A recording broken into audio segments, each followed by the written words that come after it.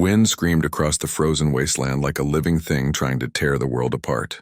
David Grant checked the external temperature gauge and watched the number drop another 5 degrees. -218.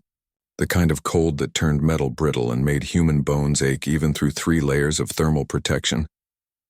He'd been running mining operations on Titan 7 for 6 years now, and he'd seen plenty of bad storms. This one felt different. The atmospheric readings made no sense. Electromagnetic interference kept spiking in patterns that looked almost deliberate, like something was pushing through the upper atmosphere with enough force to disturb everything in its path. "Rita, how's the eastern sector looking?" David spoke into his headset, watching 12 different monitor feeds from around the mining compound. Static crackled back at him. Then Rita's voice cut through, sharp with tension. "Foreman, you need to see this. I'm at airlock 7 and there's something out there. Define something. Big. Moving. I thought it was ice formations at first, but David, they're moving against the wind. And I saw..." She paused. David heard the doubt in her voice, the fear that she'd sound crazy. "I saw wings." David pulled up the external camera for airlock 7. The storm made visibility nearly zero, just white chaos spinning in every direction. Then something dark passed through the camera's field of view. Something massive. The feed went dead, electromagnetic interference wiping it clean. "All personnel, this is Grant. Emergency Protocol 5.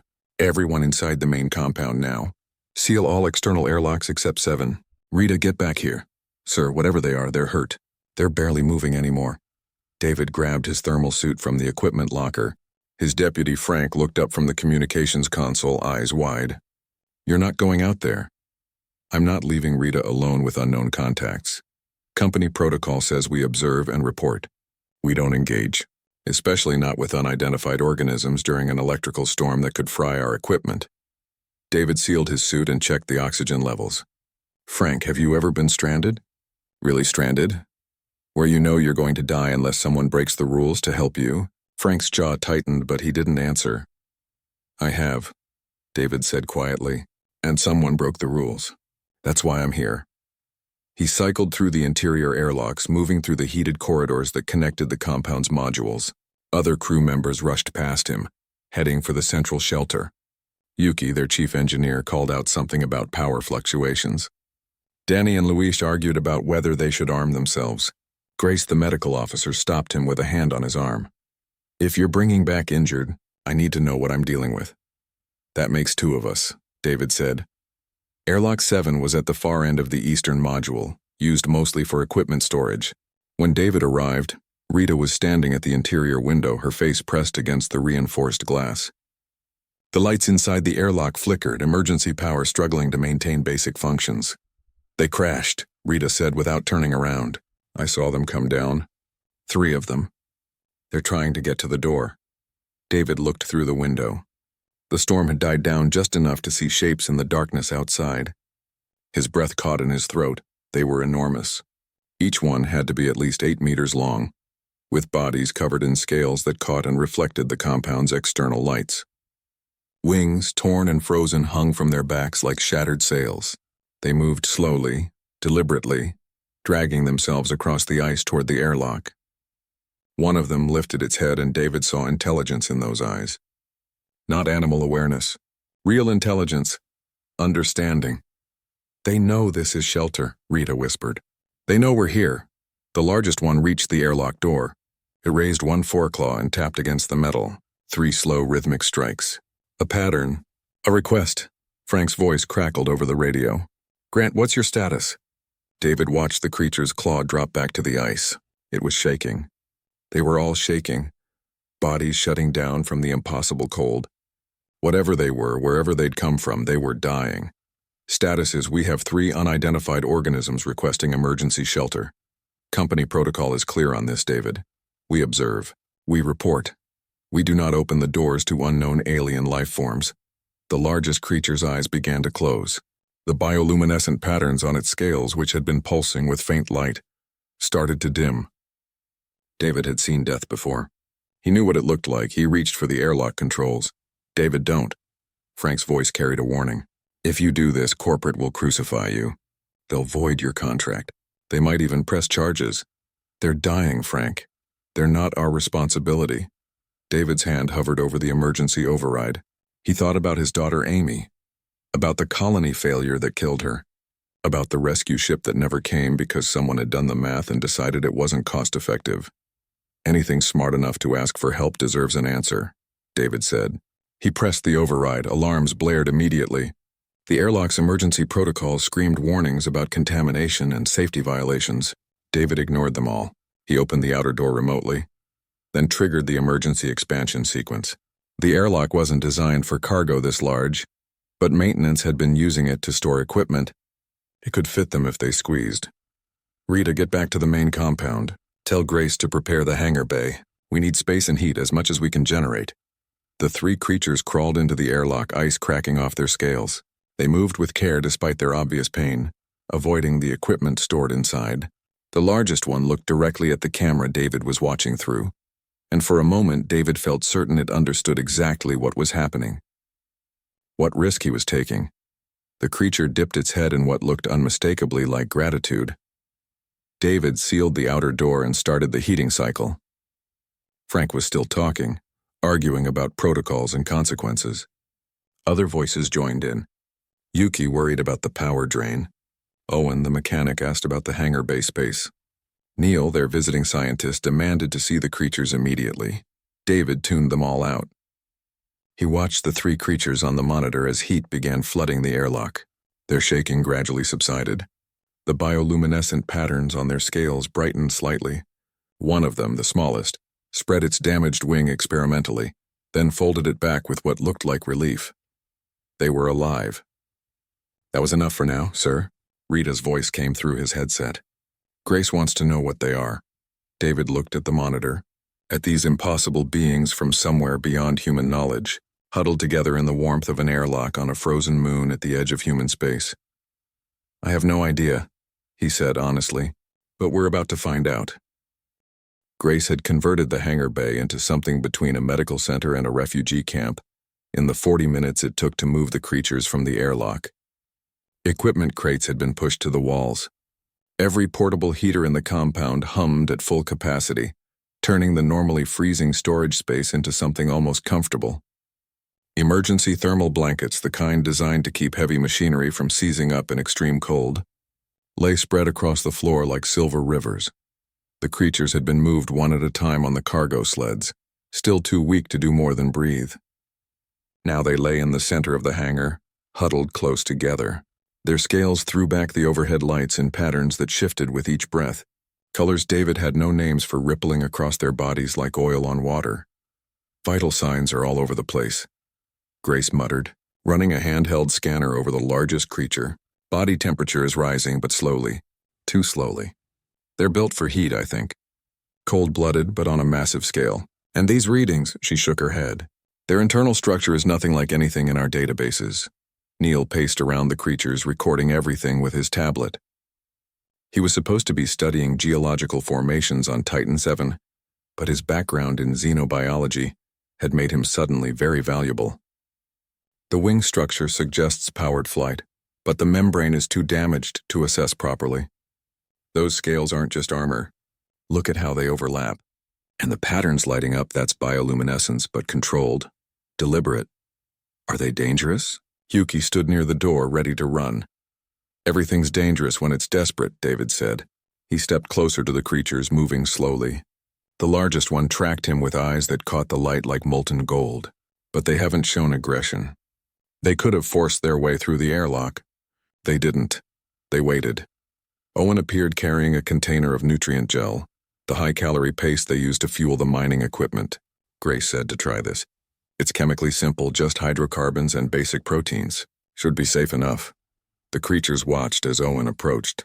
The smallest one shifted nervously, and the largest placed its foreclaw over the smaller one's back. Protective. Familial. David took the container from Owen and knelt a few meters from the creatures. He scooped out some of the gel with his hand and held it forward, palm up. Universal gesture of offering, he hoped. The largest creature studied him for a long moment. Then it extended its head, moving with painful slowness. The neck stretched further than David expected, bringing that massive head within centimeters of his hand. He could feel heat radiating from its breath. could see rows of teeth designed for tearing. The creature's tongue, surprisingly delicate, licked the gel from his palm. It pulled back, processing the taste. Then it made a sound, low and rumbling, that resonated in David's chest. The other two creatures stirred. The largest one looked back at them, then at David again. It extended one foreclaw slowly, carefully, and placed the tip against David's outstretched hand. The touch was gentle, deliberate. "Thank you. They're sapient." Neil breathed. "Fully sapient. This isn't animal intelligence. They're people." Over the next 3 days, the hangar became a strange hybrid of hospital and meeting ground. Grace established a medical routine, checking vital signs every few hours. The creature's body temperatures slowly stabilized. The smallest one, whose wing had been torn almost in half, allowed Owen to approach with repair polymer. The mechanic worked carefully, applying the flexible sealant that the mining operation used to patch equipment. The wing membrane accepted the polymer, flesh bonding with synthetic material in a way that fascinated Grace. Rita brought food supplies. The creatures could digest the nutrient gel, though they clearly didn't enjoy it much. The middle one, slightly smaller than the first but larger than the third, seemed to be the most cautious. It watched everything with sharp awareness, protective instincts obvious in how it positioned itself between the humans and the youngest. Neil worked obsessively with translation software, recording every sound the creatures made. They communicated constantly with each other, complex vocalizations that ranged from subsonic rumbles to high crystalline notes. The program began finding patterns, simple ones at first, repetitions that seemed to correlate with actions. On the second day, Neil approached David with his tablet, eyes bright with excitement. "I've got basic noun markers, listen." He played a recording of the largest creature making a specific sound, deep and resonant. Then he pointed at the creature and played it again. The creature's eyes focused on them. It made the sound itself, then it pointed its foreclaw at its own chest and repeated it. "Drex." "Names," David said. "They have names." By the end of the third day, they had 3 names. Drex, the leader, Silra, the cautious middle one, and Kalen, the youngest. The creatures learned to recognize human names, too. They couldn't speak them, but they responded when addressed. Kalen seemed especially interested in the humans, watching their movements with obvious curiosity. The crew had split into camps. Frank led the opposition, practical and angry. "We've been out here for 3 days playing nurse to creatures we know nothing about. Corporate is going to tear us apart when they find out." "Corporate can't find out if the storm keeps blocking communications," Rita pointed out. "The storm won't last forever. And when it clears, we're all finished. Harboring unknown organisms violates about 15 different regulations. We'll lose our contracts. Maybe face criminal charges." Yuki nodded reluctantly. "Frank's right about the practical side. We're using massive amounts of power keeping the hangar heated. Our supplies aren't unlimited." But others had taken to the creatures. Owen spent hours repairing Kalen's wing, talking to the young one in a constant stream of chatter that Kalen seemed to enjoy even without understanding the words. Rita brought her children's pictures to show Silra, pointing at the images and then at herself. "Mother." Silra had responded by making a specific gesture with her foreclaw, 3 distinct movements. Rita tried to copy it. Silra repeated the gesture, then touched Rita's hand gently with one claw tip. "She understands," Rita said, wonder in her voice. "She has children too." "I know she does." Neil made the breakthrough on the 4th night. He'd been working with the translation program for 16 straight hours, feeding it every sound, every gesture, every interaction. The program used quantum processing to find linguistic patterns, mapping alien communication to human language frameworks. When the first actual words came through, everyone in the hangar froze. Cold. Hurt. Thank. The voice from the speaker was artificial, synthesized, but the meaning was clear. Drex had been making sounds and the program had translated them. Simple words, but words nonetheless. David approached the translation unit and spoke clearly. "You're safe here. We want to help." Neil adjusted the program to translate back, the speaker emitting sounds that approximated the creature's language. Drex listened, head tilted. Then he responded, and the program worked to translate. "We lost. Ship broken. Cold too much. You gave warm. Where are you from?" Neil asked, unable to contain himself. Drex's answer took several minutes to translate. He gestured with his foreclaw at the ceiling at the sky beyond. The program pieced together meaning from fragments. Far, very far. Hunt. No, search. Look at stars. Ship broke. Pod came here. Saw light, hoped. Silra joined in, her sounds higher pitched than Drex's. Weeks and cold, dark, thought dying. Then saw your warm place. Kalen made a sound like crystal chimes. Scared, but Drex said humans would help. Drex always right. How did you know we would help? David asked. Drex's response came slowly, the translation program struggling with concepts that didn't translate directly. Warm and dark. All life knows. Who makes warm place and cold makes place for life. You could close door. You opened. This is. The program cycled through options, searching for the right word in human language. Kindness. This is kindness. Frank stood at the back of the hangar, arms crossed. This changes nothing. They're still unregistered organisms. We're still violating protocol, and corporate will still destroy us for this. But his voice lacked conviction. Even Frank had spent the last 3 days watching Kalen learn to flex his repaired wing. Had seen Silra's careful gentleness with the humans. Had heard Drex's grateful rumble every time someone brought food or adjusted the temperature. David addressed the group. The storm's going to break soon. Maybe tomorrow, maybe the day after. When it does, corporate will reestablish contact. They'll want a full report. He looked at each person in turn. I need to know where everyone stands. Because once we tell them about our guests, everything changes. Grace spoke first. I took an oath. Doesn't matter what species. If someone needs medical care, I provide it. Owen raised his hand. I fix things that are broken. Far as I'm concerned, that applies to wings too. Rita nodded. I've got kids. I know what it's like to worry about them. I can't send Silra back out there knowing she's got little ones waiting for her. Neil didn't hesitate. This is first contact. Real first contact. Not with governments or militaries, but with actual people. I'm documenting everything. Whatever happens, the truth needs to be recorded. Others joined in. Danny, Luis, and Miko. All younger crew members who'd watched the creatures with fascination and growing affection. 7 in total standing with David. 5 remained with Frank, including Yuki. I'm sorry, the engineer said quietly, but I've got family, debts. I can't throw away my career even for this. David nodded. No judgment. I mean that. Everyone makes their own choice. The storm broke the next morning. Communication channels cleared and corporate headquarters came through immediately, demanding status reports. Frank prepared to take his group to the backup shelter, a day's travel away. Before he left, he approached David privately. For what it's worth, I hope I'm wrong about this. I hope they don't destroy you. They probably will, David said honestly. But I'll sleep better knowing I didn't put protocol over people. They're not people. They're aliens. David looked through the hangar window at Drex, who was teaching Kalen a series of movements that looked like exercises. Silra watched them both with obvious affection. You sure about that? Frank didn't answer. He just left.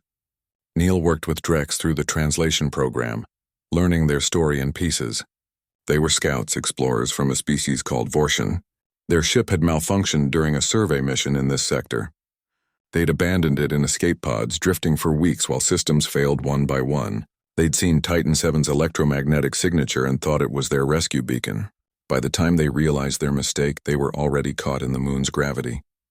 Can your people find you? David asked. Drex's response was heavy with defeat. Ship dead. Signal dead. Home very far. They not know where we are. What if we could fix your signal? Drex's head lifted. Ship broken on ice. Maybe signal inside still works. Where? Silra answered this time, accessing a device built into her equipment pack. A holographic display appeared, showing Titan VII from orbit. She pointed with her claw at a location on the far side of the moon. Here, we fell here. Walked many days to reach you. David measured the distance, 800 kilometers across some of the most hostile terrain in the system. David, Neil said quietly. Corporate's going to be here in a week. They're sending xenobiologists and security. I know. We can't let them take Drex and the others. You know what corporate will do, studies, containment, possibly worse. David looked at the holographic map, at the crash site so far away, at the 3 Vortian who'd trusted him enough to accept help. Then we need to move, he said. We've got 6 days to cross a frozen moon and get their signal working. Who's in? Everyone who'd stayed raised their hands. Drex rumbled something that the translator turned into words. You risk everything. For us, why? David thought about his daughter, about cold and dark and dying while waiting for help that never came, about the chance to be the rescue that arrives instead of the calculation that doesn't. Because someone has to, he said simply. And this time it might as well be us. Preparation took 18 hours that nobody slept through. Owen and Yuki worked to retrofit the mining haulers, welding extra heat exchangers onto the cargo beds and reinforcing the suspension systems for weight they were never designed to carry. Grace packed medical supplies into waterproof containers, including enough emergency thermal blankets to outfit a small army.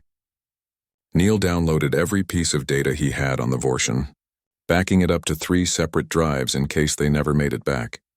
David stood in the communications room, recording a message he hoped would never need to be played. This is Foreman David Grant. If you're listening to this, we didn't make it back. The 3 Vortian scouts, Drex, Silra, and Kalen, came to us for help. We chose to give it. What we're attempting is probably insane, but leaving them to corporate felt worse. To my crew who stayed behind, thank you for understanding.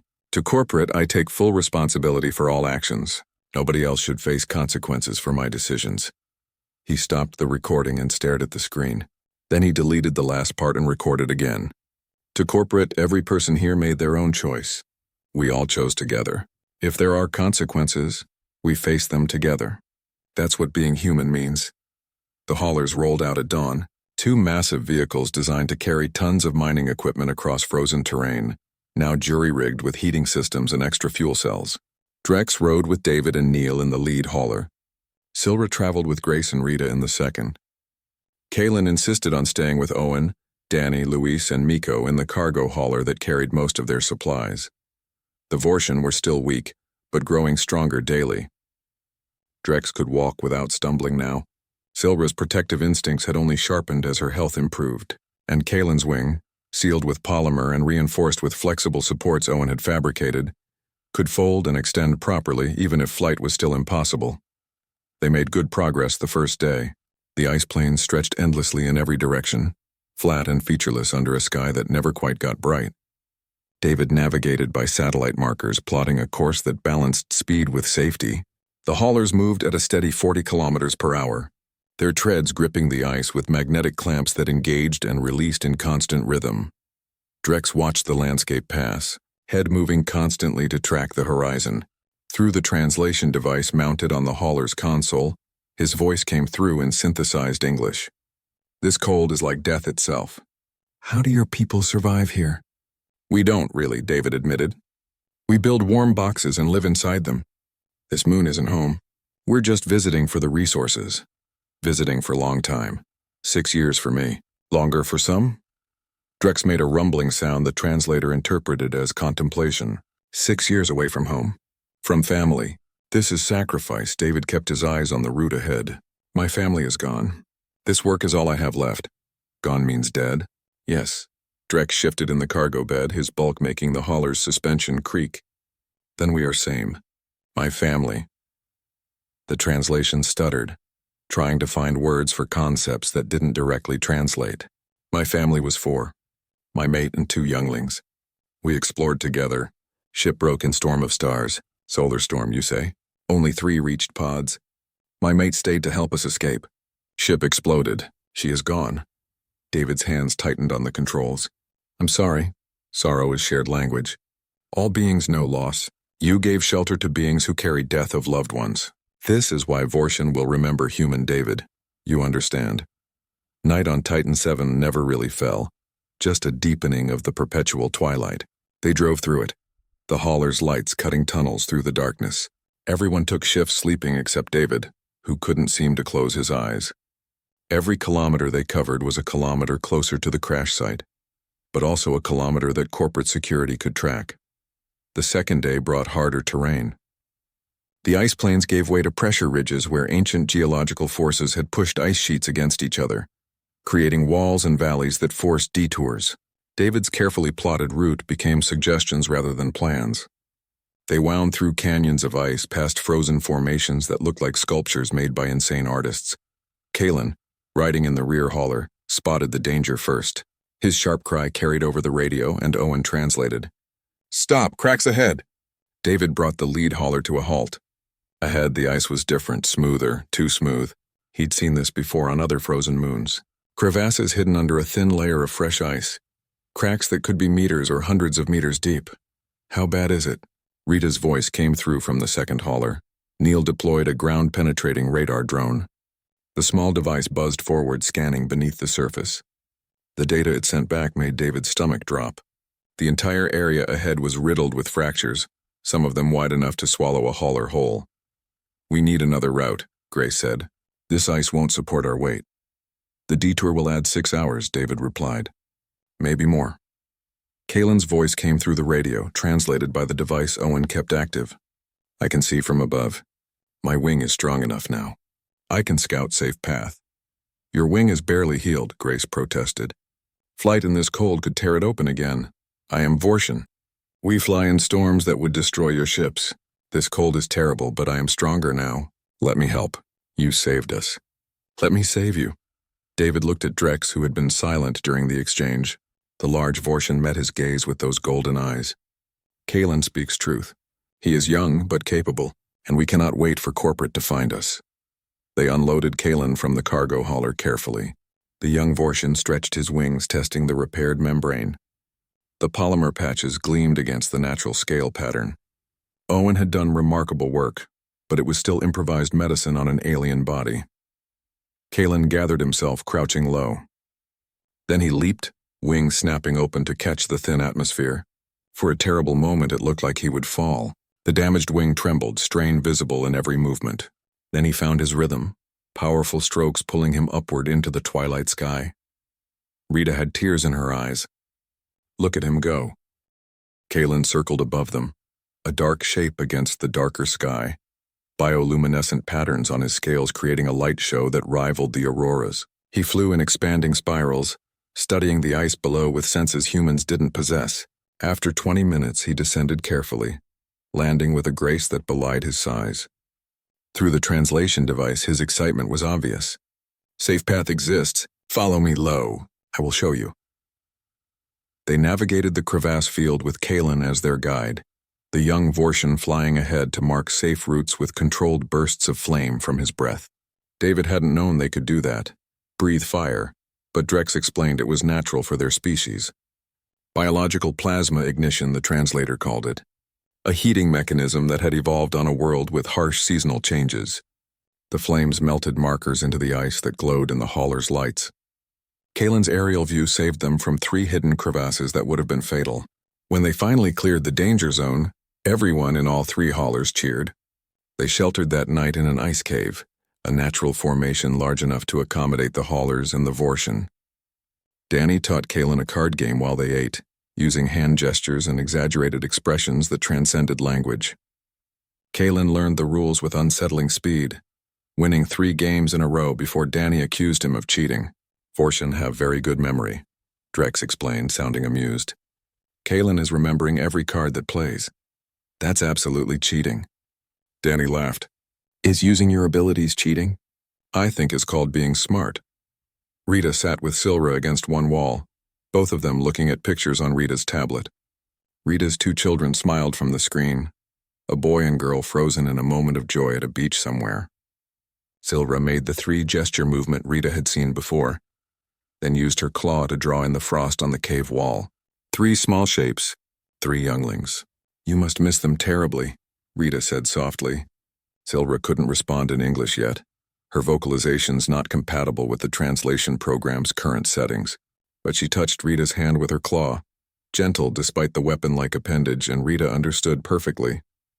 Grace was treating Luis's ankle. He'd twisted it stepping out of the hauler wrong, and while it wasn't serious, it needed care.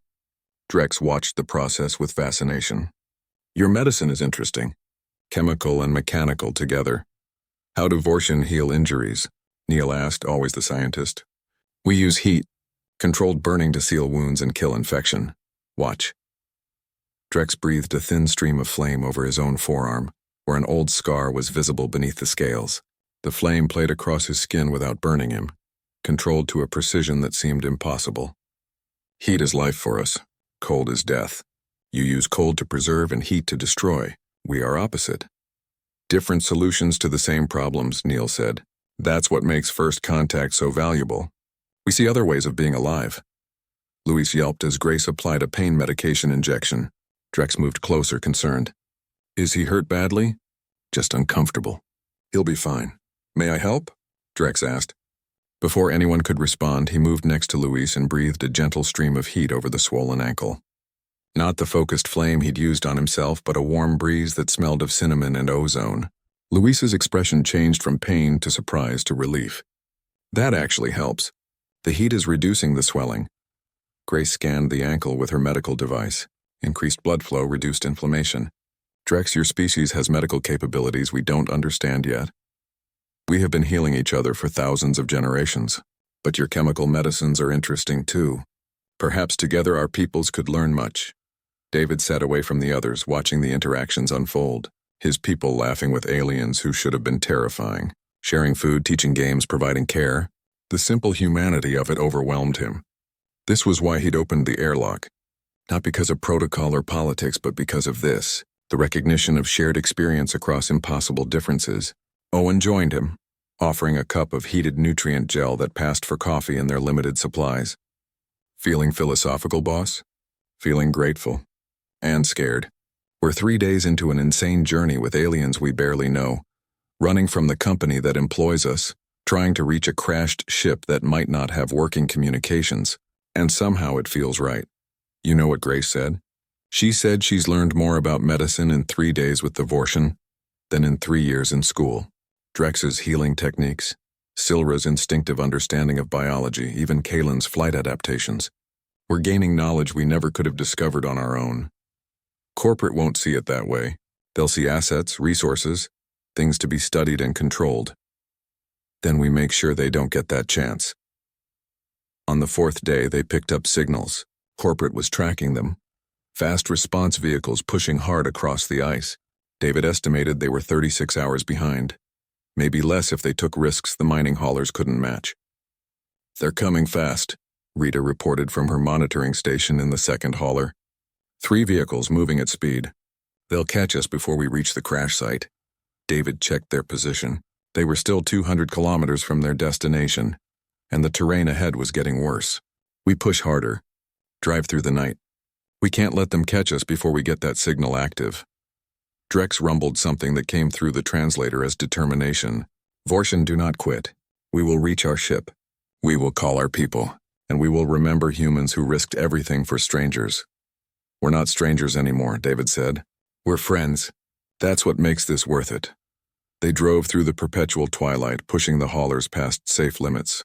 The engines protested overheating despite the freezing air. Fuel cells drained faster than optimal, but they gained distance, eating up the kilometers between them and hope. The crash site came into view on the 5th day. A sprawling debris field where the Vortian ship had torn itself apart on impact. Metal twisted into abstract shapes, frozen and half buried in ice. It looked like a graveyard, and in many ways it was. This was where Drex's mate had died, where their journey had ended and their struggle had begun. Drex stood in the cargo bed of the lead hauler, looking at the wreckage of his former life. Through the translator, his voice carried weight that no synthesizer could quite capture. This is place of sorrow, but also place of hope. Ship is dead, but signal might live. We must try. They had less than a day before corporate security arrived. The real work was about to begin. The debris field stretched for almost a kilometer, pieces of the Vortian ship scattered across the ice like the bones of some massive creature. The largest section was the command module, a teardrop-shaped structure half buried in a snowdrift. Smaller fragments jutted from the frozen ground at odd angles, metal that had survived atmospheric entry but not the impact. Drex moved through the wreckage slowly, touching pieces with his foreclaw. Silra stayed close to him, providing silent support. Kalen flew overhead, circling the site with visible grief. This wasn't just a crashed ship to them. It was home. It was history. It was the place where their family had ended. The communications array was in the lower deck, Drex explained, leading them toward the command module. If anything survived, it would be there. Our ships are built to protect essential systems above all else. Owen and Neil followed with equipment, scanning for power signatures. Owen's detector chirped, picking up something. There's energy here. Faint but present. Something is still active.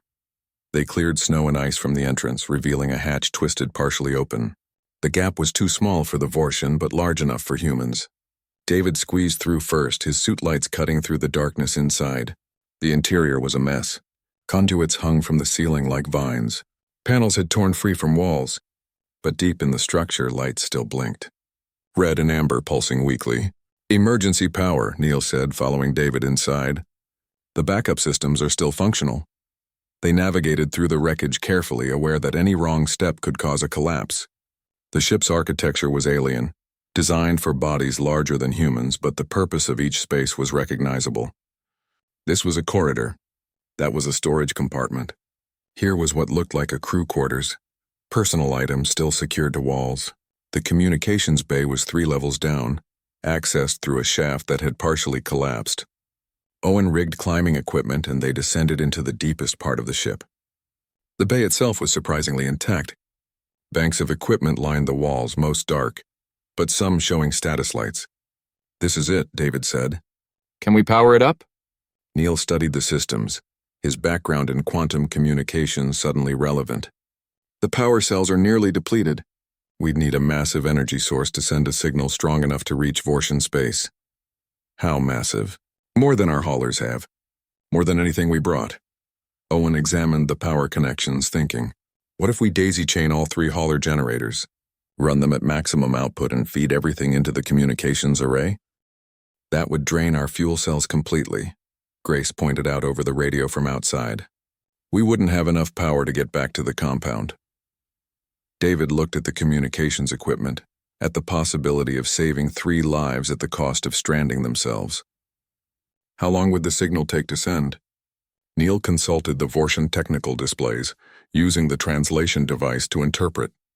The message itself is instantaneous, quantum entangled transmission, but we need to power the array for approximately 30 minutes to establish the connection and ensure the message fully transmits. 30 minutes of maximum power draw. Then we do it. We didn't come this far to fail for lack of commitment. It took hours to set up. They ran cables from the haulers to the ship, creating a web of connections that Owen swore would work but looked like a disaster waiting to happen. Drex and Silra helped. Their understanding of the ship's systems crucial. Kalen ferried small components back and forth, his flight making him the fastest messenger. By the time corporate security appeared on the horizon, they were almost ready. 3 fast response vehicles crested a ridge, their lights visible even in the twilight. They were perhaps 20 minutes away at their current speed. "David, they're hailing us," Rita said from the second hauler, demanding we stand down. "Tell them we're conducting emergency rescue operations. They say we're in violation of multiple regulations and need to surrender the xenoforms immediately." David looked at Drex, who was connecting the final power coupling to the communications array. "Drex, if this works, how long until your people arrive?" "Signal reaches our space instantly. But travel time," Drex calculated mentally. "Days, maybe weeks. Depends on where closest ship is." "We don't have days. Then we must convince your people to wait." The corporate vehicles stopped at the edge of the debris field.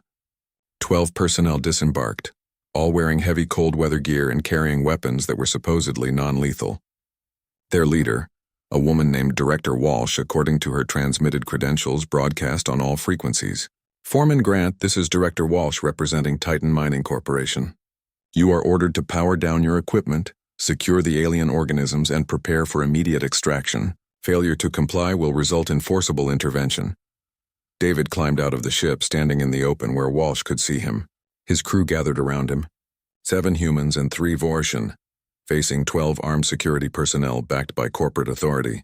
"Director Walsh, these people came to us for help. We gave it. That's not a crime. They're unregistered xenoforms on a corporate facility. Every moment of contact represents massive contamination risk and violation of interstellar quarantine protocols. You've jeopardized company assets and potentially the entire human presence in this sector. They have names: Drex, Silra, and Kalen. They're explorers whose ship failed. They're someone's family. They're not assets or protocols. They're people." Walsh's response was cold. "Your emotional attachment is noted and irrelevant. You have 2 minutes to comply before we escalate to forced compliance." Drex emerged from the ship, moving to stand beside David. His massive form dwarfed the human, but he positioned himself carefully, non-threateningly. Through the translator, his voice carried across the ice. Humans of corporation, we understand your fear. Unknown is frightening, but we mean no harm. We seek only to return home, to our younglings who wait, to our people who search. The alien speaks, Walsh said, surprise evident in her voice. Interesting. That will make the research more productive. But it doesn't change the situation. You're coming with us. Silra joined Drex and Kalen landed beside them. The three Vortians stood together, scales glowing with bioluminescence that turned them into beings of light against the dark ice. They looked magnificent and utterly vulnerable. You will take us through Drex and David first, Silra said through her own translator, voice synthesized but fierce. Vortian, do not abandon those who show kindness. Owen spoke up from the rear. The signal is ready. We just need to activate it. Walsh's voice sharpened. Do not activate that equipment. We don't know what you're signaling or who might respond. You could be bringing hostile forces to human space. Or we could be saving 3 people's lives, Grace countered. Isn't that worth something? Not if it endangers humanity. Stand down immediately. David made a decision. He looked at his crew, at the Vortian who trusted him, at the corporate security team just looking to do their jobs. Drex, send the signal! That's an order to cease, Walsh shouted. Security, move in! The security team advanced, not running but moving with purpose. They had weapons, armor, and numbers. David's crew had desperation and belief. Then Kalen did something unexpected. He launched himself into the air and breathed fire. Not at anyone. Into the sky. A column of flame that lit up the entire debris field like a beacon. The corporate security team stopped, suddenly aware that these aliens, these supposedly vulnerable xenoforms, had capabilities that made their non-lethal weapons seem inadequate. Inside the ship, Drex activated the communications array. The hauler generators roared to full power, every system pushed beyond safe limits. Energy flooded into the ancient equipment, lighting it up in patterns that humans had never seen before. The ship began to hum, a deep vibration that resonated through the ice. Signal transmitting, Neil reported, his voice tight with tension. 28 minutes to full message delivery. Walsh's team had their weapons raised, but they weren't firing. The demonstration of fire had made them cautious. Kalen landed back with his family, positioning himself protectively. Drex stood tall, golden eyes locked on Walsh. You see us as threat, Drex said. We understand, but we ask for something humans value. Justice. We did not choose to crash here. We did not choose to need help. But when we asked, David gave. Now we ask you. Give us time to call our people. Then we leave. Forever if you wish, but let us go home. Walsh's face was hidden behind her suit's faceplate, but her body language showed conflict. I have orders. Secure all xenoforms for study. Your intentions are irrelevant to company policy. Since when did doing the right thing need corporate approval? Rita asked. They're leaving anyway. Let them go. We don't know they're leaving. We don't know anything about them. That's why they need to be studied. Studied, Grace said, voice cold. You mean imprisoned. Experimented on. Treated like lab specimens instead of people. They're aliens. So, Danny shouted. They're still people. They have families, dreams. They laugh and cry and care about each other. What else do you need? The security team looked uncomfortable. They were trained for equipment theft, labor disputes, maybe the occasional fight between drunk miners. Not for moral debates about the nature of personhood with aliens who could breathe fire standing 20 meters away. The hauler engines strained. One of them started making a grinding noise that Owen recognized as critical failure imminent. Generator 2 is overheating. It won't last the full 30 minutes. How long can it hold? David asked. Maybe 20 minutes. Then it fails and probably takes the other generators with it. 20 minutes isn't enough, Neil said. The quantum entanglement needs the full transmission time to ensure the message reaches its destination. Silra spoke urgently to Drex in their own language, too fast and complex for the translator. Drex responded and they seemed to argue. Then Silra moved to the ship's entrance. She squeezed inside, her bulk barely fitting through the access David and Neil had used. Silra, what are you doing? Grace called. Silra's response came through the radio. Vortian can regulate body heat. Generate it. I can power the array myself. My internal heat will feed the system. That will burn you out, Drex protested. You'll die! Better one death than three, Silra responded. My younglings have their father. They will understand their mother died with honor. Absolutely not, Grace said, already moving toward the ship. There has to be another way. Kalen made a crystalline sound of distress. Drex's roar shook the ice, a sound of pure anguish. The security team stepped back involuntarily, reminded that these aliens were apex predators when they needed to be. David ran to the ship's entrance. Silra, wait. We can find another power source. Give us time. There is no time. Corporate is here. Signal must send. This is only way. Owen was frantically checking power systems. If we reroute, bypass the safety protocols, maybe overload the fuel cells. No, that would explode. We can't. Luis, still limping on his injured ankle, spoke up. What if we don't use the fuel cells? What if we use the mining equipment's explosive charges? We have about 20 kilos of mining explosives. Energy released from detonation could power the array. Neil looked at him like he was insane. You want to blow up our explosives to power an alien communication system? Do you have a better idea? Actually, that might work. If we could contain the blast and convert the thermal energy to electrical, it would be catastrophic and dangerous and would probably destroy all our equipment. But it might work. Do it, David ordered. That would drain our fuel cells completely, Grace pointed out over the radio from outside. We wouldn't have enough power to get back to the compound. David looked at the communications equipment, at the possibility of saving 3 lives at the cost of stranding themselves. How long would the signal take to send? Neil consulted the Vortian technical displays, using the translation device to interpret. The message itself is instantaneous. Quantum entangled transmission. But we need to power the array for approximately 30 minutes to establish the connection and ensure the message fully transmits. 30 minutes of maximum power draw. Then we do it. We didn't come this far to fail for lack of commitment. It took hours to set up. They ran cables from the haulers to the ship, creating a web of connections that Owen swore would work but looked like a disaster waiting to happen. Drex and Silra helped, their understanding of the ship's systems crucial. Kalen ferried small components back and forth, his flight making him the fastest messenger. By the time corporate security appeared on the horizon, they were almost ready. 3 fast response vehicles crested a ridge, their lights visible even in the twilight. They were perhaps 20 minutes away at their current speed. David, they're hailing us, Rita said from the second hauler, demanding we stand down.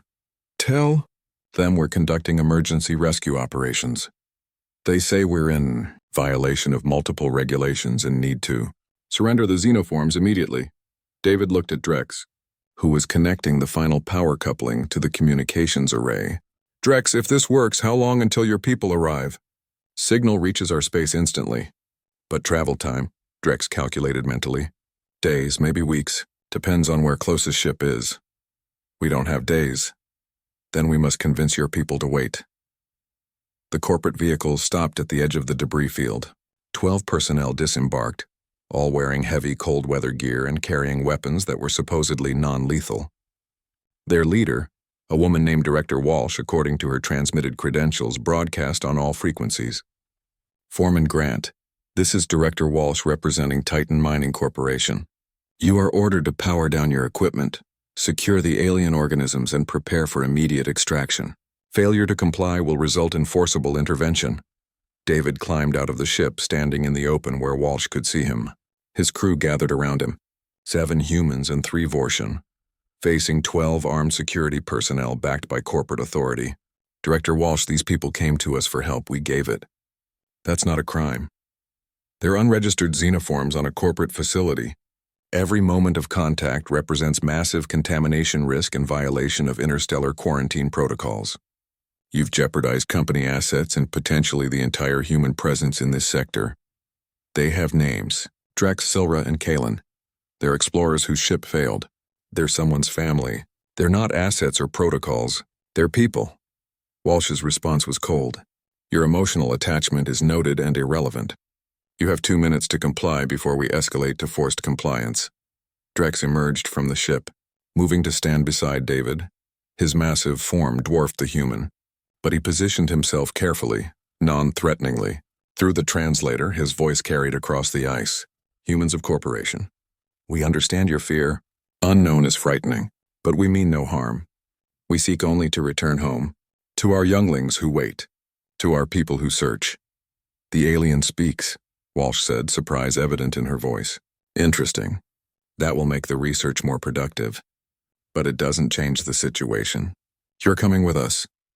Sil rejoined Drex and Kalen landed beside them. The three Vortians stood together, scales glowing with bioluminescence that turned them into beings of light against the dark ice. They looked magnificent and utterly vulnerable.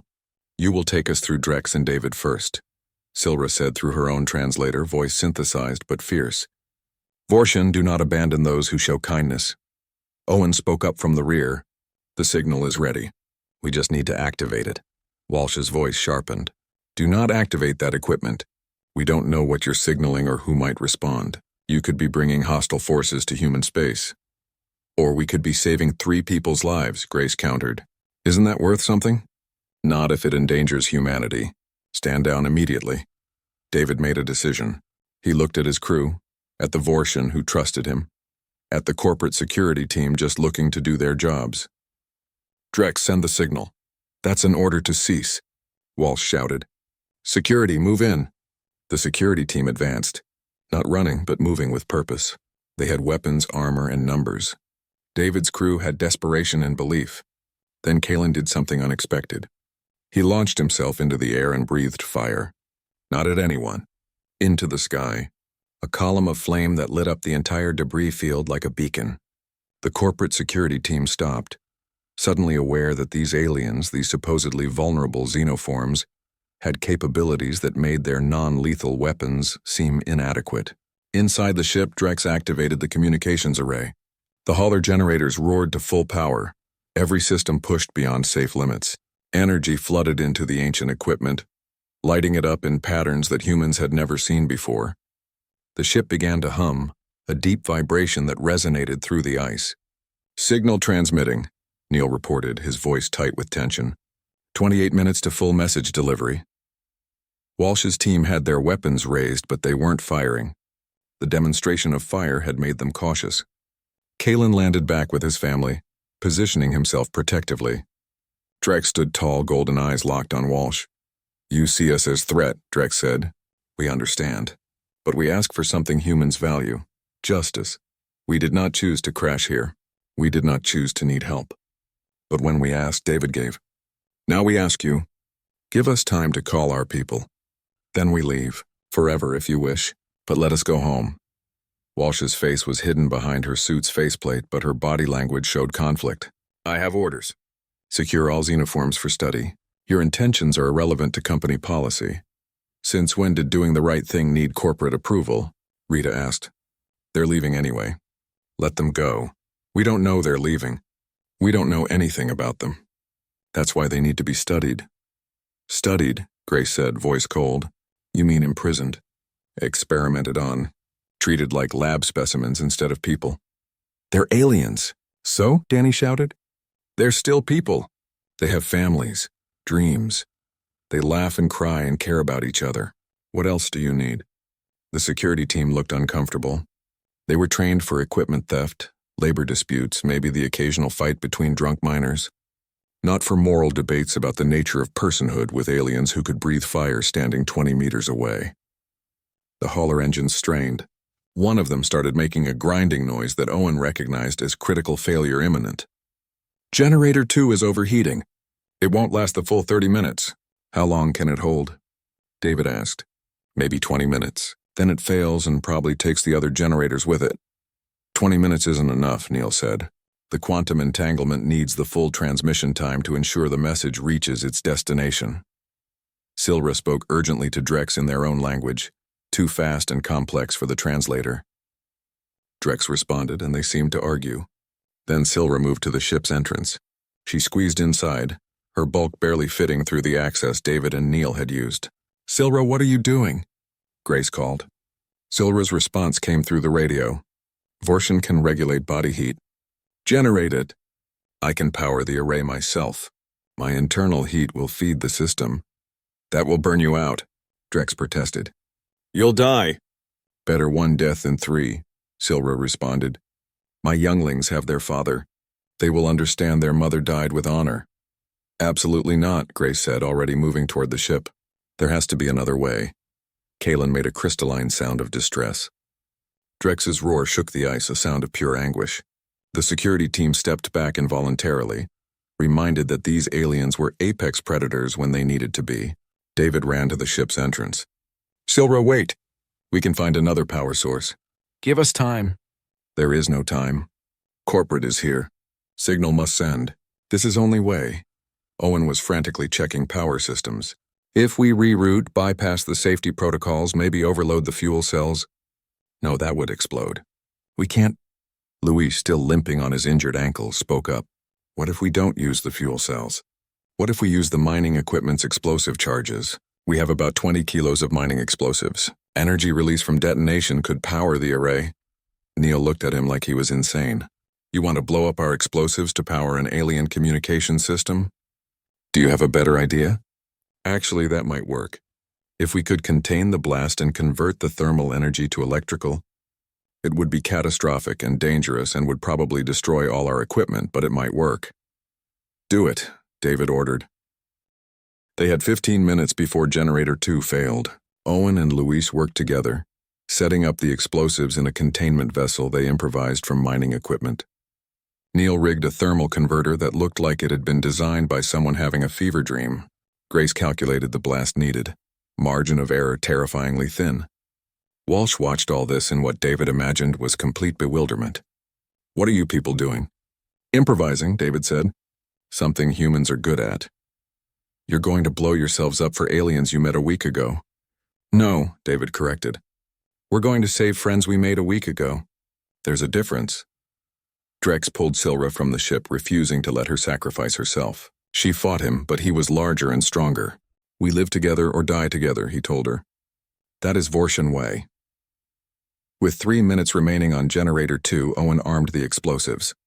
This is going to be loud and probably terrifying. Everyone get behind the haulers. When I trigger this, it'll either work perfectly or kill us all. Reassuring, Rita muttered.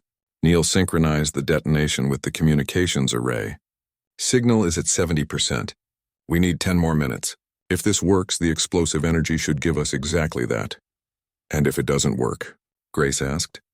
Then we die in a really spectacular explosion that someone will probably see from orbit. Still reassuring. Owen looked at David. Your call, boss.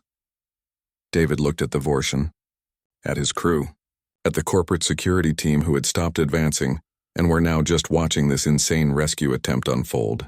He thought about his daughter, about cold and darkness, about the help that never came.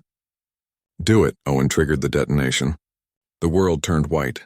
The explosion was contained barely. The improvised vessel held for exactly as long as it needed to, channeling thermal energy through Neil's converter system into the communications array. The Vortian ship blazed with light, every system that had been dark suddenly alive with power. The quantum transmission array sang, a sound like 1,000 crystal bells ringing in perfect harmony. David picked himself up from where the shockwave had thrown him against a hauler. His ears rang. His suit's integrity alarm screamed warnings about stress fractures, but he was alive. They were all alive. Report, he called out over the radio. Voices came back one by one. Grace shaken but functional. Rita helping Owen to his feet. Danny, Luis, and Miko checking each other for injuries. Neil laughing almost hysterically, reporting that the signal was transmitting at full power. The Vortian had weathered the blast better than the humans, their larger bodies more resistant to shockwaves. Drex stood over Silra and Kalen, having shielded them both with his body. His scales showed scorch marks from the heat, but he seemed otherwise unharmed. Is everyone okay? Silra asked through the translator, already moving to check on the humans despite having been protected only moments ago. We're fine, Grace assured her. Better than fine. Look, the communications array was fully active now, projecting holographic displays that showed the quantum signal racing across space. The transmission was at 90% completion. 95. The distance it was covering was incomprehensible, light years compressed into moments through technology humans barely understood. 100%. The signal completed.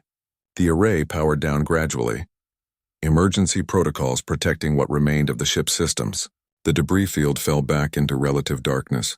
just the dim twilight of Titan 7's sky and the hauler's lights. Did it work? Kalen asked, voice small and afraid to hope. Neil checked his instruments. The signal transmitted successfully. The quantum entanglement protocols confirmed receipt. Someone, somewhere, received the message. Drex sat down heavily on the ice, Silra and Kalen pressing against him. For the first time since David had met them, the Vortian looked at peace. Not happy yet, but hopeful. After weeks of drifting in escape pods, weeks of cold and fear and approaching death, they had finally done something other than survive. They had called home. Walsh and her security team approached slowly. Weapons lowered but not holstered.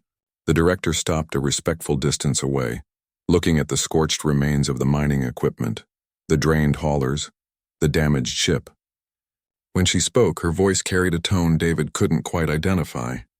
I've been in corporate security for 15 years. I've seen labor disputes, equipment failures, safety violations, and criminal activity. But I've never seen anything like this. She gestured at the scene. You destroyed valuable company equipment, violated about 30 safety protocols, and risked multiple lives to send a message for aliens we know almost nothing about. That's accurate, David agreed, too tired to argue. And the scary part is I can't even report this properly. How do I explain that we need to prosecute you for saving 3 sapient beings? How do I write a report that says we should have let them die because they weren't human? Walsh pulled off her helmet, revealing a face younger than her voice suggested. Corporate is going to want answers. They're going to want those 3 in custody for study, and I don't know if I can look my kids in the eye and tell them I helped make that happen. So don't, Rita said simply. You have a choice too. It's not that simple. It actually is, Grace countered. You either help us or you don't. You either believe sapient beings deserve help regardless of species, or you believe paperwork and protocol matter more than lives. Walsh looked at her security team. They looked back uncertain. One of them, a young man barely in his 20s, spoke up. Director, for what it's worth, I didn't sign up to imprison people for being alien. I signed up to protect company assets from theft and damage. They are the assets, according to corporate, Walsh pointed out.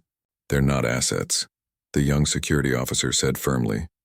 They're people. I can see that, and I've been here 5 minutes. These folks have been helping them for days. I think they know better than corporate what's right here. Other security personnel nodded. Not all of them, but enough. Walsh seemed to deflate slightly, the weight of command pressing down on her. If I let you go, if I report this as a failed retrieval, I'm done. Corporate will fire me, possibly prosecute me. Welcome to the club, Owen said. We're all unemployed and possibly criminals now. But at least we can sleep at night. The moment hung suspended, everything balanced on Walsh's decision. Then a sound cut through the tension. Deep resonant, coming from everywhere and nowhere. The ice itself seemed to vibrate with it. What is that? Walsh asked, hand going to her weapon. Neil checked his instruments frantically. Space-time distortion. Something big. Something really big. It's... He stopped, looking at his screen like it had personally betrayed him. It's here. Something just arrived in near orbit. Kalen's head snapped up, scales flashing brilliant gold. That's a faster-than-light emergence signature. A ship just dropped from the void. That's impossible, Neil said. The signal just sent. Nothing could respond this fast. Drex stood looking at the sky. When he spoke, his voice carried wonder. Unless they were already looking for us. Unless they never stopped searching. The sky tore open. Not metaphorically or gradually. Reality split like fabric ripping, and through the gap came something that made the corporate vehicles look like children's toys. A vessel easily a kilometer long, organic curves mixed with geometric precision. Covered in lights that pulsed in patterns similar to Vortian bioluminescence. It was beautiful and terrifying and utterly alien. Walsh's security team had weapons up again. But against something that size, it was a futile gesture. The ship descended slowly, not landing but hovering perhaps 50 meters above the debris field. A ramp of pure light extended from its underside to the ice. Stand down, Walsh ordered her team. Everyone stay calm. We don't know their intentions. I do, Drex said softly. He walked toward the light ramp, Silra and Kalen following. Then he stopped and turned back to David. Come with us, please. You should meet them properly. David looked at his crew. Grace nodded encouragement. Rita made a shooing gesture. Owen gave a thumbs up. He walked forward, joining the Vortian. Together they stepped onto the light. It was solid beneath David's feet, but felt like nothing he'd ever experienced. The ramp lifted them smoothly toward the ship, gravity adjusting to keep them stable. As they rose, David saw Walsh and her team below, saw his crew watching, saw the wreckage of the Vortian ship and the debris field of their rescue attempt. The interior of the ship was vast. Not empty, but the opposite. Filled with life. Dozens of Vortian moved through corridors, working at stations David couldn't begin to understand. But the ship also held others. Beings of different shapes and sizes, some humanoid, others decidedly not. A crew of multiple species working together. A Vortian larger than Drex approached, scales marked with patterns that suggested age and authority. Behind her came something that glowed with soft light, vaguely humanoid but without any clear features. It spoke, and David's translator struggled before finding English. "I am Witness 14 of the Galactic Accord. I speak for this vessel and the civilizations it represents." "What's the Galactic Accord?" David asked. "An alliance of sapient species dedicated to mutual exploration and aid. We received the Vortian distress beacon and responded immediately. We were already in this sector searching for their missing survey team." The being gestured toward Drex, Silra, and Kalen. "We are pleased they survived. We are more pleased they found help from a species not yet part of our community." The large Vortian spoke, her voice deeper than Drex's but somehow warmer. "I am Rena, Fleet Commander. These three are under my command. Drex is my brother. When their ship failed to report, we feared the worst. Every vessel in this sector has been searching for weeks." "Your brother," David said, looking at Drex. "Your family." "Family is everything to Vortian," Drex confirmed. "Rena would search forever if necessary, as I would for her." Rena moved to Drex, touching her forehead to his in a gesture that clearly meant everything. She greeted Silra and Kalen the same way, rumbling words in their own language that needed no translation. Relief. Love. Welcome home. Then Rena turned to David. She was massive, easily 3 meters tall at the shoulder, but she lowered herself to his level with careful dignity. "Human David. My brother tells me you opened your door when he was dying. You gave shelter when you had no obligation. You risked everything to help him call home. This is a debt Vortian do not take lightly." "I did what anyone should do," David said, uncomfortable with the formal gratitude. "But most would not," Witness 14 interjected. "We have observed many species at the threshold of joining the Accord. Most fail. They see opportunity instead of people, resources instead of lives. Your species is not yet ready for full contact, but you, David, demonstrated something rare. Compassion without expectation of return. My crew deserves the credit. They all chose to help, which speaks well of your species' potential. That is why I have come personally." The glowing being moved closer. "The Accord has protocols for pre-contact species. Normally we observe from a distance until certain development criteria are met. But circumstances have created an exception. The Vortian distress beacon and your response have initiated formal contact whether we planned for it or not." David thought about Walsh and her security team below, about corporate headquarters who would receive reports of all this, about a humanity that might not be ready for what came next. What happens now? Now we open a dialogue. Not with your corporations or your militaries, with your people. We will present evidence of this contact to your governments. We will share the story of what happened here, and we will let humanity choose whether it wishes to pursue friendship with the Accord or remain isolated. That's a lot of pressure to put on one rescue. One rescue that demonstrated your species' capacity for empathy across biological barriers. That is the only qualification that truly matters. Witness 14 gestured toward a view screen that showed the surface below. "Those down there, the ones who came to stop you. What will they do?" "I don't know. Some will report this. Some might try to cover it up. Corporate won't want to admit they tried to imprison your people." Rena made a sound that David's translator interpreted as amusement. "Let them try. The Accord has recordings of everything. Your companion Neil's documentation. Drex's personal logs. The security team's own camera feeds. Truth has a way of spreading, especially when it involves first contact." Drex approached David, standing beside his sister. "Human David, you gave us more than shelter. You gave us proof that kindness exists in the universe, that strangers can become friends, that doing right matters more than following rules. He extended his foreclaw and David took it, feeling the warmth of the Vortian's scales. We will remember, and we will advocate for humanity's acceptance into the Accord. We're not all like this, David warned. Some of us are like the corporate directors. Some of us see profit before people. All species have individuals who fail their better nature, Witness 14 said. What matters is that you also have individuals who succeed. The Accord does not expect perfection. We expect potential. And you, David Grant, have shown us that humanity has it. Silra approached, with Kaelin close behind. She made her three-gesture movement, and David understood. Family. She was thanking him for letting her return to her family. Kaelin sang a short melody, harmonics expressing gratitude better than words ever could. What will happen to us? David asked. My crew and I, we've violated so many protocols. Corporate will want consequences. That will depend on your species' response, Witness 14 said. But know this. The Accord protects those who act in accordance with our principles. If your people attempt to punish you for an act of compassion, we will make our position clear. You saved Accord members. That makes you friends of the Accord. We do not abandon friends. Rena added, my government will formally thank your people for protecting our citizens. We will offer technology, knowledge, and friendship, but we will also make clear that David Grant and his crew acted with honor. Any punishment of them would be viewed as an insult to Vortian and the Accord. Political protection from aliens I met a week ago, David said, shaking his head. My life has gotten strange. Strange is good, Kaelin said through his translator, sounding much more confident than when they'd first met. Strange means interesting. Boring is when nothing changes. You changed everything, friend David. We should return you to the surface, Witness 14 said. Your people will be concerned, and we have much to arrange. Wait, David said. Can I ask something? Why does the Accord exist? What's the point of an alliance of aliens helping each other? The glowing being seemed to pulse brighter, as if the question pleased it. Because the universe is vast and dark and cold. Because every sapient species eventually faces the same revelation, that they are small and alone and frighteningly mortal. The Accord exists to say no, you are not alone. You are part of something larger.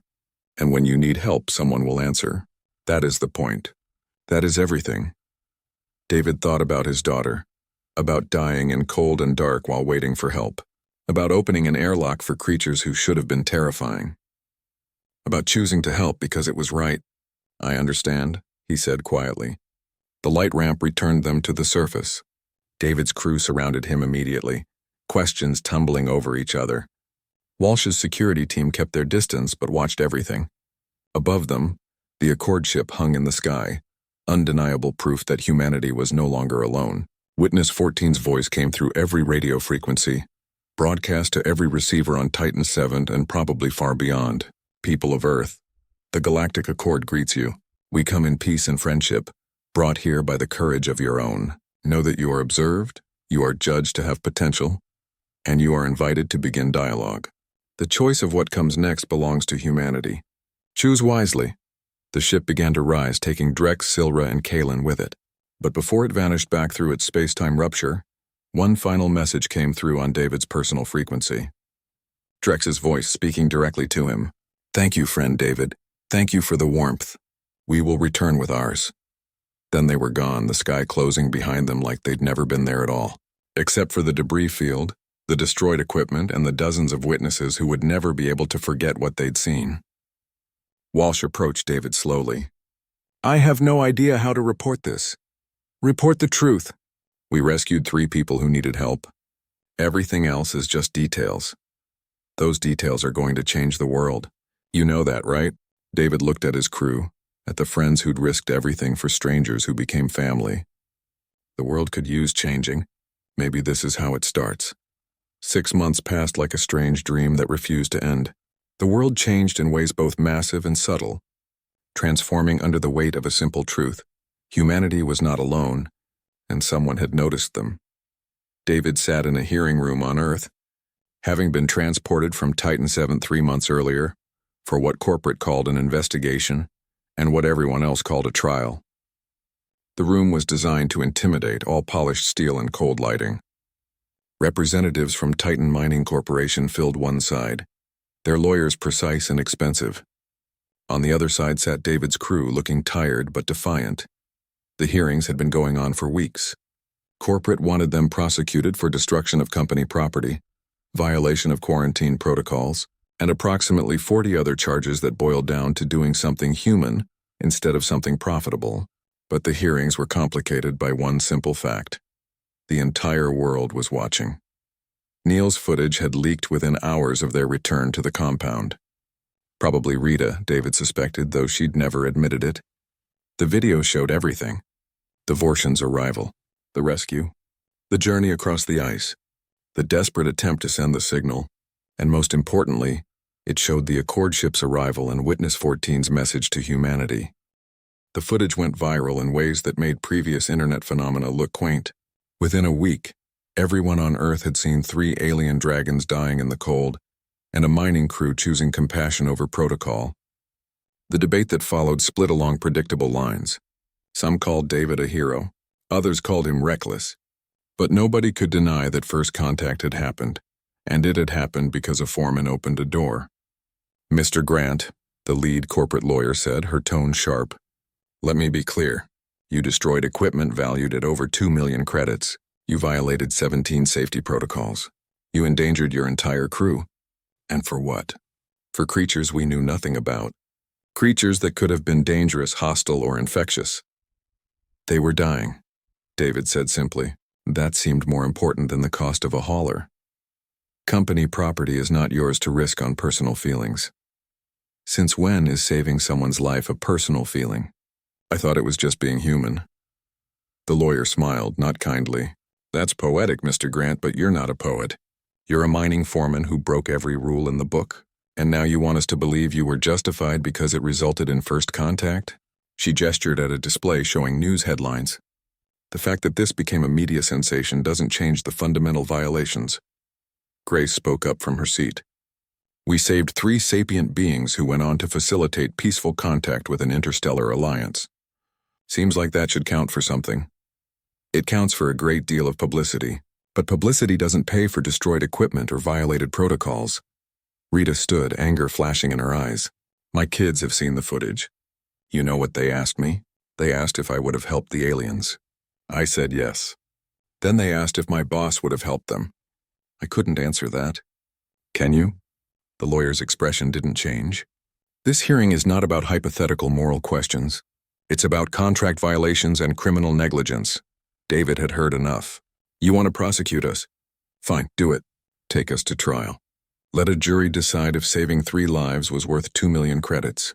Let's see how that plays in front of the whole world. The threat hung in the air. Corporate had been trying to avoid a public trial for exactly that reason. The optics were terrible. How do you prosecute someone for an act of compassion that resulted in humanity's introduction to galactic civilization? The answer, it turned out, was that you couldn't. Not without looking like monsters in front of a planet that had just discovered it wasn't alone in the universe. The hearing was interrupted by a message from outside the building. Security personnel entered, looking confused and somewhat awed. There's a transmission coming through. It's addressed to this hearing specifically. The sources... The guard paused, checking his device again like he couldn't believe what it said. The source is listed as the Vorshan High Council. The room erupted in noise. Lawyers argued about proper protocols for receiving alien communications. Corporate representatives demanded time to consult with their superiors. But the judge, an older woman who had watched the proceedings with increasingly obvious sympathy for David's crew, simply ordered the message played. The display screen flickered, then showed a vast chamber filled with Vorshan. Hundreds of them, scales glowing in coordinated patterns that created a light show of impossible beauty. In the center stood 3 familiar figures, Drex, Silra, and Kalen, looking healthy and whole. Behind them stood Rena, the fleet commander, and beside her was Witness 14 of the Accord. Drex spoke, and the translation came through perfectly. Humans of Earth, we are Drex, Silra, and Kalen of the Vorshan people. 6 of your months ago, we were dying in cold and dark on your moon. We had given up hope. Then David Grant opened a door. He and his crew gave us warmth, gave us healing, and gave us the chance to call home. They risked everything for strangers. This is what we have come to say. David Grant and his crew are heroes to the Vorshan people. They are honored friends of our civilization, Any punishment of them would be an insult to us and to the principles the Galactic Accord holds sacred. Silra stepped forward. I have 3 younglings. Because of these humans, I return to them. My children know the names David, Grace, Rita, Owen, Neil, Danny, Luis, and Miko. They know these names as the people who saved their mother. All Vorshan will remember. Kalen spread his wings, the repaired membrane visible in the light. Owen fixed my wing with human medicine and human kindness. I can fly again because humans cared about a stranger. This is worth more than any amount of money or any rule. Rena spoke next, her voice carrying authority. The Vorshan government formally requests that all charges against David Grant and his crew be dismissed. We offer to compensate Titan Mining Corporation for any equipment losses, but we will not stand by while those who saved our people are punished for compassion. The Accord stands with us on this. Witness 14's glow intensified. The Galactic Accord has been observing humanity's response to first contact with great interest. We have noted the corporations attempting to profit from our arrival. We have noted the governments attempting to control the narrative. But we have also noted the millions of humans who celebrated David Grant's choice, who saw 3 dying beings and understood that helping them was simply right. This gives us hope for your species. The Accord extends an official invitation to humanity to begin formal contact negotiations. And we begin those negotiations by stating clearly, David Grant and his crew acted in accordance with Accord principles. They are under our protection. The message ended. The hearing room sat in stunned silence. The corporate lawyer looked at her notes, then at her colleagues, then simply sat down. What could she say? How could she argue against the stated position of 2 alien civilizations? The judge spoke carefully. In light of this communication from the Vorshan government and the Galactic Accord, and considering the extraordinary circumstances of this case, I am dismissing all charges against David Grant and his crew. Furthermore, I'm ordering Titan Mining Corporation to restore all employment contracts and back pay. This hearing is concluded. Corporate representatives stood to protest, but the judge raised her hand. You can appeal if you wish, but I suspect no court on Earth will overturn this decision, not with the entire Galactic Accord watching. David felt his crew surge around him, Grace hugging him, Rita laughing with relief, Owen slapping his back hard enough to hurt. They had won, not because they were right in the eyes of corporate law, but because they were right in a deeper sense that transcended borders and species. Outside the hearing room, reporters swarmed them. Questions came from every direction. David answered a few, keeping his responses simple. They had seen people who needed help. They had helped. That was the entire story. Everything else was just noise. Over the following months, the world transformed. The Accord established an embassy in neutral territory, a space station built in high orbit that welcomed human representatives. Governments scrambled to send diplomats. Corporations tried to negotiate trade deals. Religious leaders debated the theological implications. Scientists begged for access to alien technology, but the Accord was patient and selective. They shared knowledge slowly, carefully, ensuring humanity wasn't overwhelmed. They invited human observers to Accord vessels and stations. They answered questions about the universe, about other species, about the vast community waiting beyond Earth's limited reach. And always they referenced David Grant, the human who opened the door. The story became legend in Accord space, shared among dozens of species. When the Ythreen asked about humanity, they were told about David. When the Morgathi inquired about Earth's worthiness, they watched Neil's footage. The entire human species was being judged by the actions of 8 people on a frozen moon. David returned to work, though not for Titan Mining Corporation. They had restored his contract, but he'd quit the day after the hearing. Several governments offered him positions as advisors on alien relations. Universities wanted him to lecture. News organizations offered massive amounts of money for exclusive interviews. He turned them all down and took a job with the newly formed Earth Accord Liaison Office, a position that paid modestly and required him to help coordinate humanitarian exchanges between human and alien civilizations. It was bureaucratic and often frustrating, but it was right. He worked with his old crew. Grace headed medical exchanges. Rita coordinated family support programs. Owen consulted on technical compatibility. Neil led scientific cooperation initiatives. They were together again, working towards something that mattered more than mining quotas or profit margins. They were building bridges between species, one connection at a time. 1 year after the rescue, David received an invitation to visit the Vortian homeworld. The entire crew was invited, all expenses covered by the Vortian government. They traveled on an Accord vessel, experiencing faster-than-light travel that turned interstellar distances into days instead of decades. The Vortian homeworld was beautiful in ways Earth wasn't. Massive seasonal variations created landscapes that shifted from lush abundance to frozen wastelands and back again. The Vortian had adapted by building cities that could transform with the seasons, architecture that breathed and flexed and survived conditions that would destroy human structures. Drex met them at the landing port, flanked by Silra and Kalen. The three Vortian had become celebrities in their own right, their survival story known across Accord space. But when they saw David and his crew, all the formality dropped away. Drex embraced David carefully, mindful of human fragility, and rumbled a greeting that needed no translation. "Welcome home, friend." They were escorted to the capital where the Vortian High Council waited. But first, Drex took them to his family dwelling. It was massive, designed for beings of great size with open spaces and heating systems that made the air shimmer. And there, waiting nervously, were Silra's three younglings. They were smaller than Kalen but growing fast, scales bright with youth. When Silra called them forward, they approached the humans with obvious curiosity and equally obvious caution. Silra spoke to them in Vortian, too fast for the translators, but the meaning was clear. "These are the humans who saved your mother." The youngest, barely bigger than a large dog, approached Rita first. It made a small chirping sound and touched Rita's hand with its claw, the same gesture of gratitude its mother had made months ago in a frozen hangar bay. Rita burst into tears, overcome by the simple beauty of that moment. The ceremony with the High Council was grand and formal. David and his crew were awarded the Flame of Honor, a Vortian decoration given to those who save lives at personal risk. It was a physical object, a crystalline scale from the eldest member of the council, warm to the touch and glowing with internal light. Each crew member received one. But more importantly, they received something else. A promise. The Vortian pledged to support humanity's integration into the Accord. They would vouch for Earth, advocate for human membership, and provide guidance as humanity learned to navigate galactic politics, all because 8 humans had chosen compassion over protocol.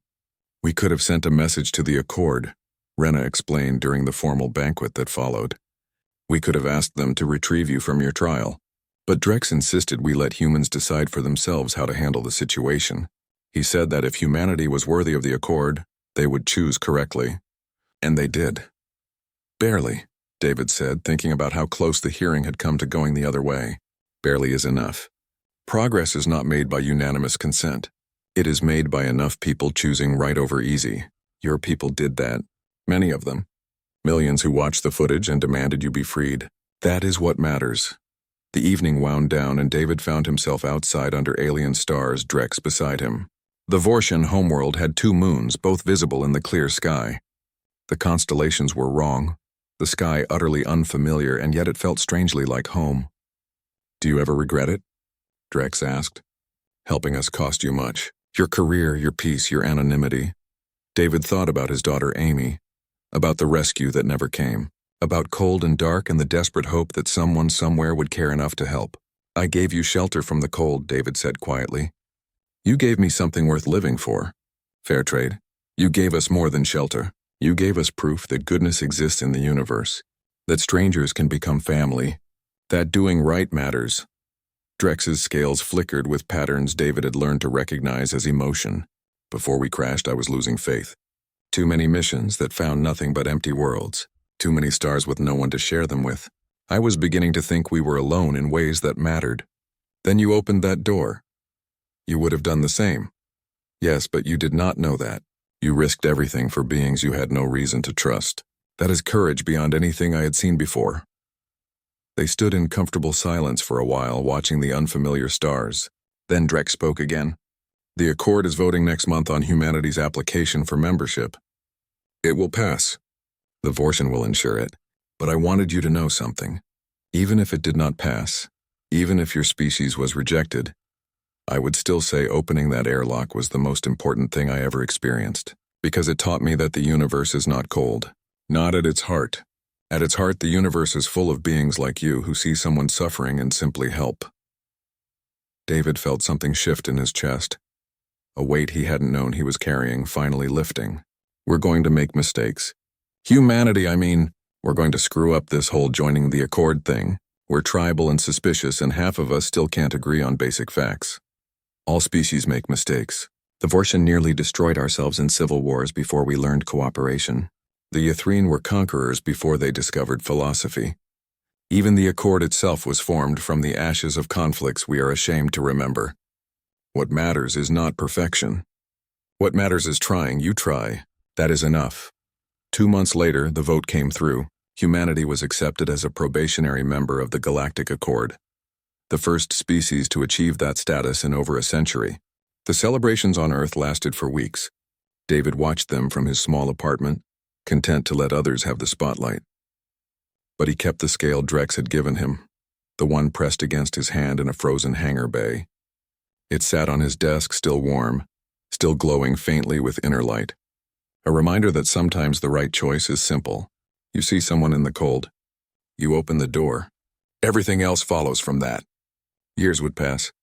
Humanity would stumble and soar in equal measure as it learned to navigate galactic civilization. There would be scandals and triumphs, cultural exchanges and misunderstandings, moments of transcendent beauty and embarrassing failures. But when other species asked about humanity, when they wanted to know what kind of people these Earthlings were, the Vortian would tell a story. They would speak of 3 scouts dying in the cold, of a human foreman who opened a door, of 8 people who chose compassion when profit would have been easier. And they would say that humanity, for all its flaws and fears and foolishness, had something precious, something that made them worthy of the stars. They had the capacity to see suffering and respond with kindness, to risk everything for strangers, to choose doing right over doing easy. In the end, the story was simple. Alien dragons sought shelter from the cold. The human foreman gave them more than that. He gave them proof that the universe, vast and dark and frightening as it was, contained beings who would help without being asked, who would sacrifice without expecting return, who would open doors when every rule said to keep them closed. That was the story. That was the truth. And that was why, when the galaxy asked if humanity was ready to join them among the stars, the answer came back clear and certain. Yes. They are ready. They have always been ready. They just needed to show themselves what they were capable of. And on a frozen moon at the edge of human space, in a moment of desperate kindness, they had.